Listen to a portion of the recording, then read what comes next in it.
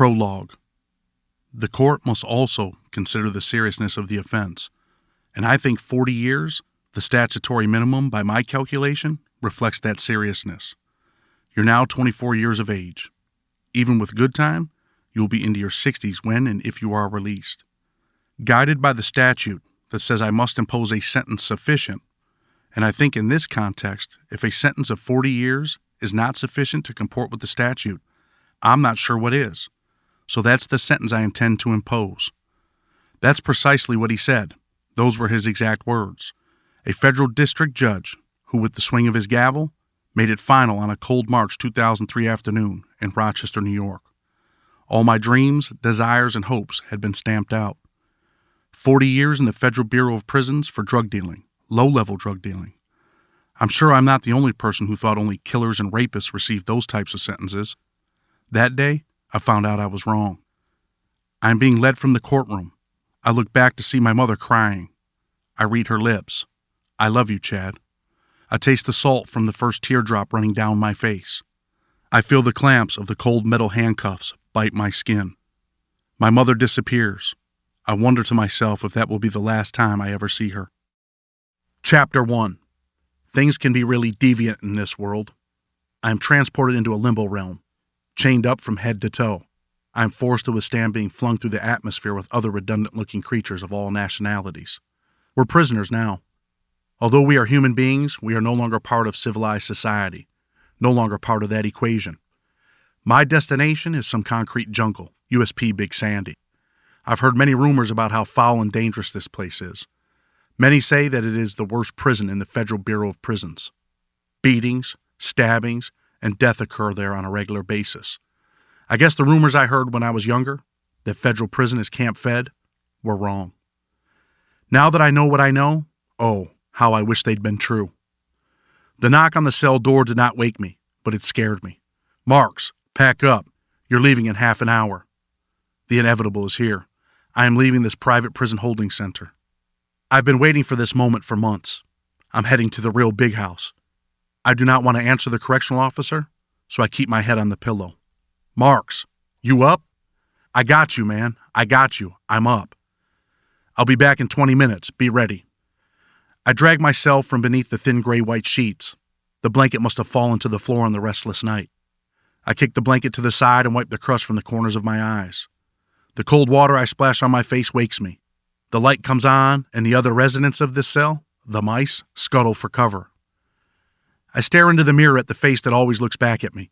I watch tears, loneliness. I watch fear and desperation roll slowly down my face. My emotions are at a picnic. My face is the venue. I have finally come face to face with reality. I am on my way to a real prison, to begin serving my very real prison sentence. Cold water on my face again. I mouth the words. You're going to be all right no matter what. My reflection does no more than stare back.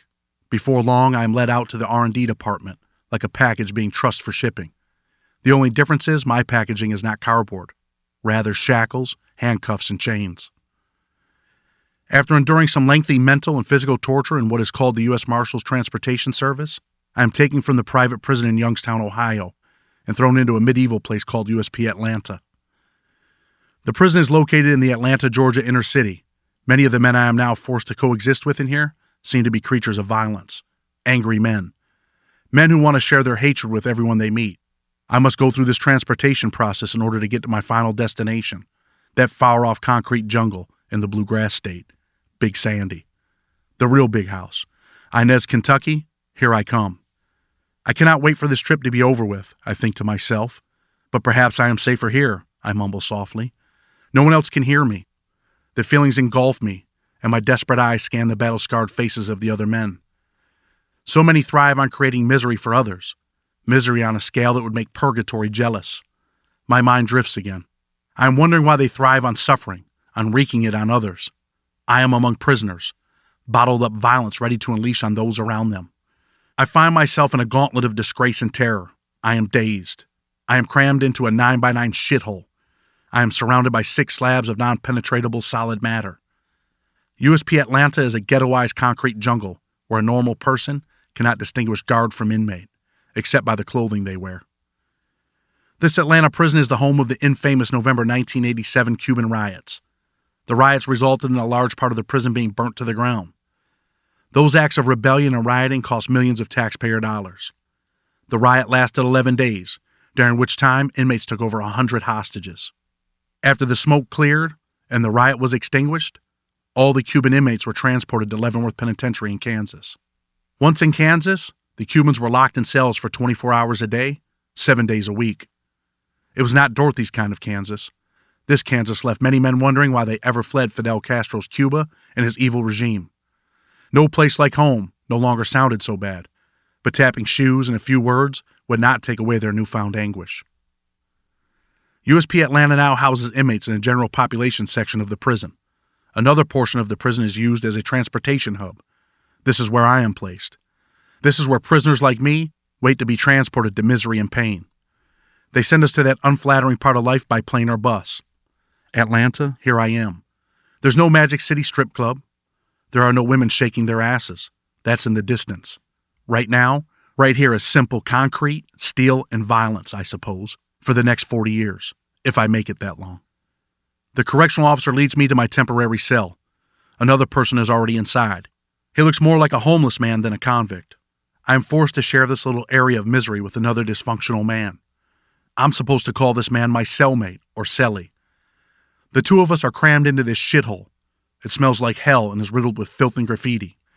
As I scan the walls, I read aloud, "Fuck the feds," and "God save me" are scribbled next to other assorted vulgarity. Hell of a contrast, I think. A small smile creeps in like a looming ghost. 2 different points of view from 2 different people. Perhaps the same person authored both. Sad, confused, angry, and desolate. I wish God or Jesus Christ would save me too. My cellmate engages me in conversation. I find myself wondering if there is such a thing as death by bad breath. I have to cover my nose and mouth with a rag that some call a shirt. My cellie talks to me through the gap in his mouth where his teeth once were before they fell victim to methamphetamine. There is no escaping the putrid stench that spills from his mouth with every word he utters. I think to myself that he must have eaten a dirty diaper for breakfast. That thought makes me chuckle momentarily, but the levity fades quickly. I smile to keep from crying. The conversation consists of him telling me that he is being transferred from USP Atwater in California because of a heroin debt to a Mexican gang that he could not pay. Rather than staying in Atwater, where he knew he would be stabbed or beaten to death for his failure to pay his bills, he checked into what is called protective custody. Convicts commonly refer to this as PC, or Punk City. Atwater is known for its violence and anger. Just a year before my cellmate's voluntary transfer from the prison, a correctional officer was stabbed to death by 2 inmates. Maximum security prisons within the Federal Bureau of Prisons are places where neither staff nor inmates want to be. Sometimes people have to do things they do not want to do to feed their families. Sometimes people are packaged and shipped off to these prisons with no basis to object. My time has come. I find myself thanking God for saving me from this cellmate of mine. 3 days in USP Atlanta's transfer hub is coming to an end. I think of the words etched into the wall, "God save me." I know my small prayer to get out of my concrete bunker with Diaper Breath John or Mike or whatever his name was had been answered. I thank God that he is not on the same trip as me. 3 days with him was almost unbearable. It was 2:00 a.m. when I heard the knock on the door. I was taken to another cell filled with about 60 other screaming, excited convicts. They are all like me, dressed in rags, waiting to be packaged and then transferred to our new homes. Home sweet home. Convicted murderers mixed in with white-collar criminals. Men with 4-year sentences in cages with those who have life sentences. Lions with zebras. Who cares? Just another day in the Federal Bureau of Prisons. Around 5 in the morning we are separated, ushered into separate cells that resemble horse or cattle barns. Once in the stalls we are strip searched. Our old rags are exchanged for paper fabric jumpsuits and foam smiley shoes. What better way to tell a prisoner that he's fucked than giving him foam shoes with a big smiley face on the front and have him walk across rocks? Maybe USP Big Sandy is not so bad after all. Next is the packaging process. Shackles are put on and cannot be put on over socks. The cold metal bites into your skin and pinches your Achilles tendon. Each step is almost unbearable pain. I move to the next officer where my hands are cuffed in front of me. A menacing black box slides over my cuffs. Then a waist chain is wrapped around me that the handcuffs are fastened to. The black boxes cut off my circulation. I notice only a few men with black boxes on their cuffs. The pain coupled with this observation prompts me to ask the officer why I have a black box. "Officer, what's up with the black box? This shit's too tight." The officer snarls something unintelligible in his southern drawl. Tobacco juice spills over his brown-stained lower lip. "Why did you put this black box on me? The shit's too tight, man," I say as respectfully as I can under the circumstances. "Shut the fuck up and get on the bus, you dumb son of a bitch." He leaves out the "of" as he degrades me. I smile sarcastically. I know deep inside that it is simply my circumstances that allows this officer to talk to me like this. In another life, if he ever talked to me like that, it would be the last time he did. "You thinking something funny, son?" "Not at all. Your house, your rules," I reply. "Good. Follow them and get on the bus, you dumb son of a bitch." I find my seat. I ask myself if I can handle this 10-hour torture ride through the hills and the mountains. As the bus pulls out of the prison, the sun rises over this dark place. The small hills turn pink. Birds welcome the morning with sweet songs of happiness. The beautiful scenery outside the bus window is contaminated by my circumstances. The beautiful red hills of Georgia that Dr. King spoke about look like shitholes from the dirty prison bus windows. Slipping into an alternative mental state is the only place I might find some much-needed relief. Perhaps death would be more inviting. Maybe death is waiting for me at United States Penitentiary Big Sandy. Who knows? I must transform myself. I must become a beast in order to survive what awaits in this federal prison system.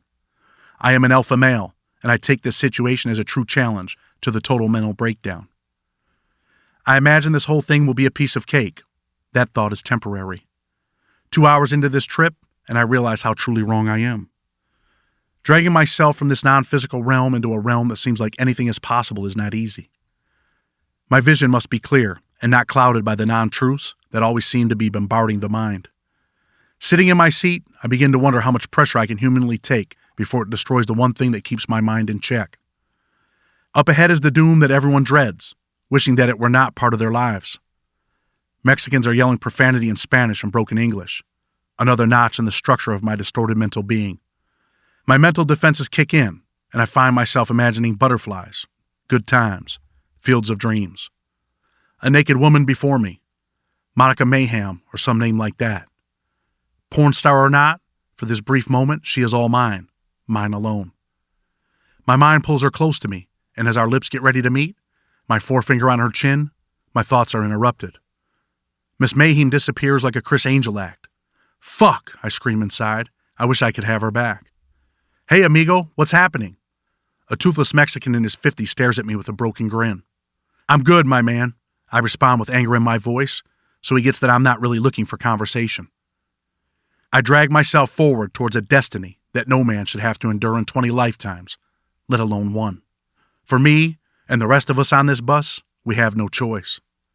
Although some of us may have chosen the life we now have, some of us had no choice but to play the cards we were dealt. For many, the game was over before it ever began. Onward we cruise. In time, 2 black inmates begin to taunt the black correctional officers transporting us. My instincts and earlier interactions with the out-of-shape white country-ass correctional officer tell me this cannot be good. In the back of the bus in his own cage, separated from the inmates, sits a big black officer with a shotgun locked, loaded, and ready for action. This job must have been option number 2. At about 6'5" and 300 pounds or more, the NFL was likely hope number 1. My guess is he came up short, resulting in this gig. The fat white piece of shit with the tobacco stains on his lips is driving. He's got a pistol on his side. A lieutenant stands close by. He has another firearm. Like lightning, the taunts echo off the metal core of the bus, striking its victims, causing emotional damage that can only cause anger. "Uncle Tom, let us get some music, boss. We gonna be good, sir. So you gets a good report with the white man. Yes, sir. We for sure is." One inmate yells this out in his best imitation of a southern accent. The laughs from the other inmates only increase the anger on the black lieutenant's face. Same with the big fellow with the shotgun. "Come on, boss. You finna do us like that, sir?" The southern chants slap their ears like a cymbal. Then comes the real voice. "Put the music on, house nigga." The Philadelphia accent is as clear as a new pipe drain. The bus pulls off the highway into an old abandoned McDonald's, and I have a feeling that while there will be no Happy Meals, there will be a few surprises. The 2 inmates from Philadelphia are ripped off the bus at gunpoint, the 12-gauge pointed at their heads. The shackles remain in place. The handcuffs come off, And now they meet my earlier fate. Black boxes are sunk tightly over the cuffs. The cuffs are tightened to the bones, the pain obvious on their faces. The men are shoved back on the bus. Everyone looks on in stunned silence. The lieutenant huffs up the steps of the bus with Hillbilly Jim behind him. He pulls out a stun gun. Aiming it at the closest of the two, he says, "Keep your shit up, little nigga, and I will zap your black ass. Now when you get to Sandy, have your peoples call the white man and tell him I said that, black ass nigga." The bus is engulfed in silence. We work our way back to the highway, sailing closer to our destination of horrors. After a short time, the bus is alive again. The Mexican inmates start yelling back and forth to one another. "What I would do for a box of tacos right now, even from Taco Bell," the man next to me yells out, bringing phony hoots and hollers from the others. He leans in towards me. "You would hear nothing but rappers, Guido, and I don't mean the Mayetes." The toothless Mexican chuckles. His chains shake on his belly. I think he recognizes I have had enough when I say, "I wish I had them to give to you." He smiles at me like a jack-o'-lantern on a Halloween night. The yelling continues for what seems like an eternity, until we see the sinister dungeon in the distance. No one seems to know what to make of this distant, intimidating, ghoulish image coming closer to us. Many have heard the same rumors I have. I am not the only person who heard the reputation of this concrete jungle. Some have simply blown the rumors off as myth. Now their bowels quiver. The truth is staring them right in the face, unsettling stomachs. Too late to be scared now, but oh how I welcome the quietness that has overcome the population of this metal shuttle. Many of the mancho images have now crumbled like the great walls of Jericho. This is where my 40-year sentence will begin. It just might end here. The hands of death are rumored to be awaiting us behind these gloomy gray walls. As we pull in, the wall opens, and it feels like the air has been sucked from my lungs. This was the moment that I prayed would never be my reality. Finally, it is. The structure before us is a massive pile of slag with few windows. As the bus comes to rest, my anxiety increases full throttle. Gasoline fumes dance lightly on the tip of my nose. The officers exit the bus to disarm. We are left on the bus for over 30 minutes while the officers joke and make small talk with the Big Sandy staff. The waiting period seems like an eternity, and I fidget with the chains and cuffs, out of boredom and nervousness. A loudspeaker on the bus squawks, grabbing my attention. "When you hear your name, come up here and give the lieutenant your name and number. Step off the bus and go through those doors right there. Oh, one more thing. Enjoy your stay here at Sandy. She's a good girl. If you treat her right, she'll be good to you." Hillbilly Jim says this with a chuckle. I think he stole those last words from the Reba McEntire song, Fancy. The names are called out in alphabetical order, 2 at a time. Johnson, Marks. As luck would have it, Johnson is the Philadelphia convict who taunted the lieutenant. I fall in behind him while he rattles off his name, then his prison number. The lieutenant puts his hand on Johnson's chest and leans in, whispering loud enough for me to hear. "Now you go ahead, have your people call the white man down in D.C., snitching ass nigga." As Johnson steps off the last step, the lieutenant hollers towards the door. "They finna kill your black ass up here in these mountains." I'm staring into Hillbilly Jim's face, the man who earlier called me a son of a bitch. "Marks, 12010-055. I say this swiftly, hoping this is the last time I see him. "Oh boy, Lieutenant, they finna kill this one right here too. He got a smart mouth like that dumb son of a bitch Johnson." He smiles in my face. "Enjoy your stay, Mr. Marks, as long as it lasts." Rather than respond, I step down and off the bus. Gravel crunches under my foam smiley face shoes as I head into the doors and the truly unknown.